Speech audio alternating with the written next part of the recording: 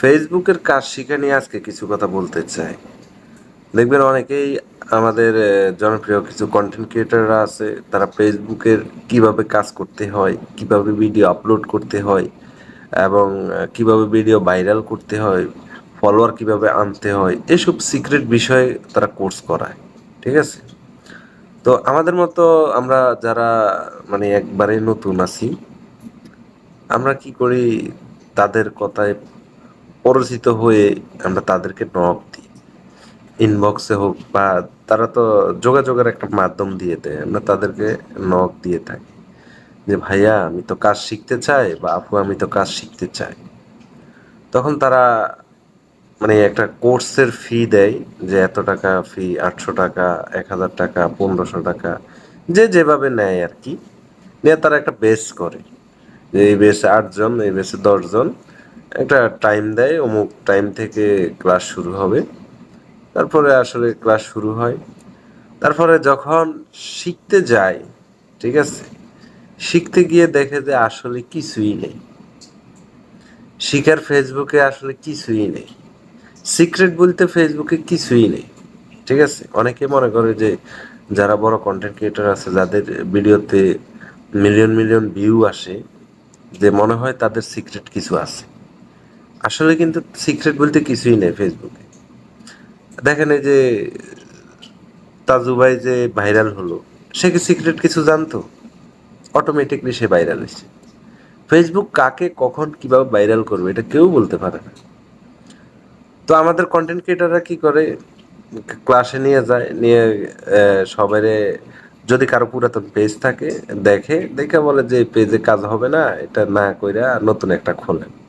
তারপরে নতুন পেজ খোলায়। আর যাদের পেজ নাই, তাদেরকে তো খুলেই দেয় ক্লাসে।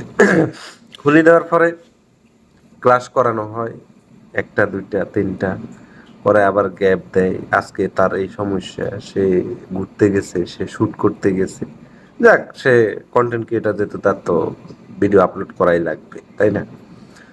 তো ভিডিও আপলোড না করলে তো তার ইনকাম নাই, তার ইনকাম তো এখানে।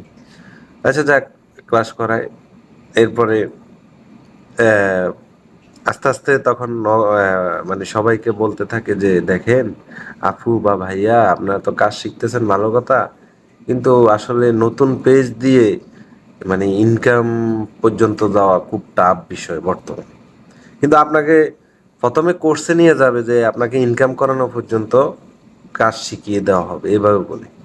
পরে বলে যে দেখেন, ফেসবুকের তো ক্রাইটেরিয়া 500 ফলোয়ার, এই সেই এগুলো আছে, নতুন পেজে আসলে অনেক টাফ, অনেক কষ্ট হয়ে যাবে। তো যাদের টাকা আছে তাদেরকে আমি বলি, আমাদের কাছে কিছু কিছু ভালো পেজ আসে। হ্যাঁ, অনেকে পেজ বিক্রি করে, আহ, ভালো ভালো পেজ আছে, আমরা দেখে শুনে এরপরে ইয়ে করে আমরা নিয়ে দিই।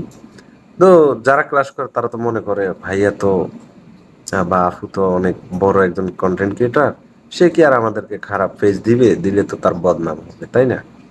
তখন সে বলে যে যদি কারো টাকা থাকে, একটা পেজ কিনে নিয়ে নেন, 20,000, 30,000 বা 50,000 ফলোয়ার, দেখি আমার কাছে যদি থাকে আমি জানাবো। ঠিক আছে? তো মানে এমন ভাবে কথা বলে, যারা ক্লাসে থাকে তাদের মনের ভিতরে মানে এইভাবে ঢুকে যায় যে না, আমার তো এখানে ইনকাম করতেই হবে। হ্যাঁ, আসলে আমি মনে হয় এখানে যদি 20,000, 30,000 টাকা দিয়ে একটা পেজ কিনি, ইনকাম আসলে তো এটা আমার 1 মাস 2 মাসের কোনো বিষয় না, টাকাটা উঠে যাবে। ঠিক আছে? তো কি করে, ধরেন 8 জন, ওই বেসের মধ্যে 8 জন আছে, এখান থেকে 4 থেকে 5 জন রাজি হয়ে যায়। হুম, রাজি হয়ে যায় যে ঠিক আছে তাহলে আমরা পেজ কিনি।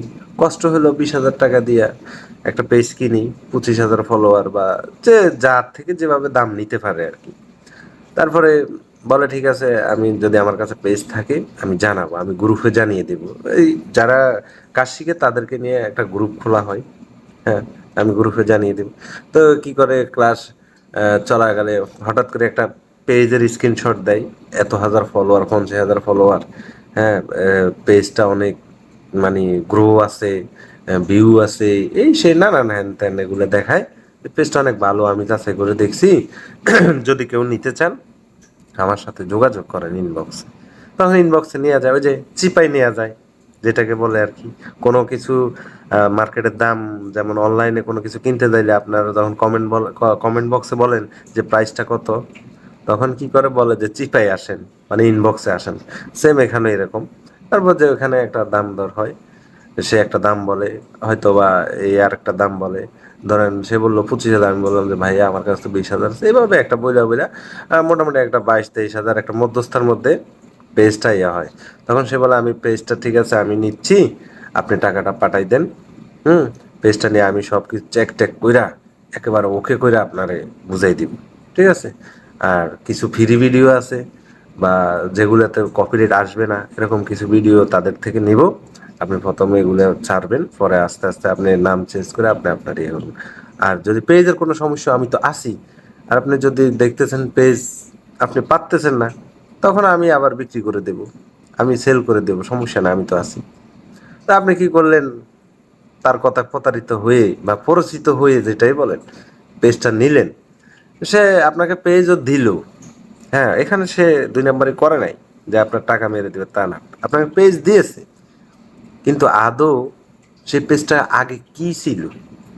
আপনি পেজটা নেওয়ার পরে দেখছেন পেজের মধ্যে কিছুই নাই। ঠিক আছে, পেজে 50,000 ফলোয়ার আছে, বাট কোনো ভিডিও নাই, কোনো কিছু নেই।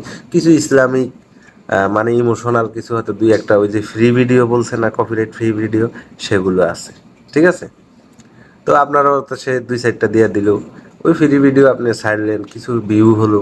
হ্যাঁ, কিন্তু এই পেজটা আসলে আগে কিভাবে পরিচালনা করা হয়েছে, সে এই যে ফলোয়ারগুলো আছে সে কিভাবে গেইন করছে, এটা কিন্তু আপনি জানেন না। হ্যাঁ, তো আপনার একটা পেজ ধরাই দিল, আপনি আপনার মতো ভিডিও ছাড়তেছেন, করতেছেন, এই 100, 200, 500, এর বেশি আর ভিউ হয় না।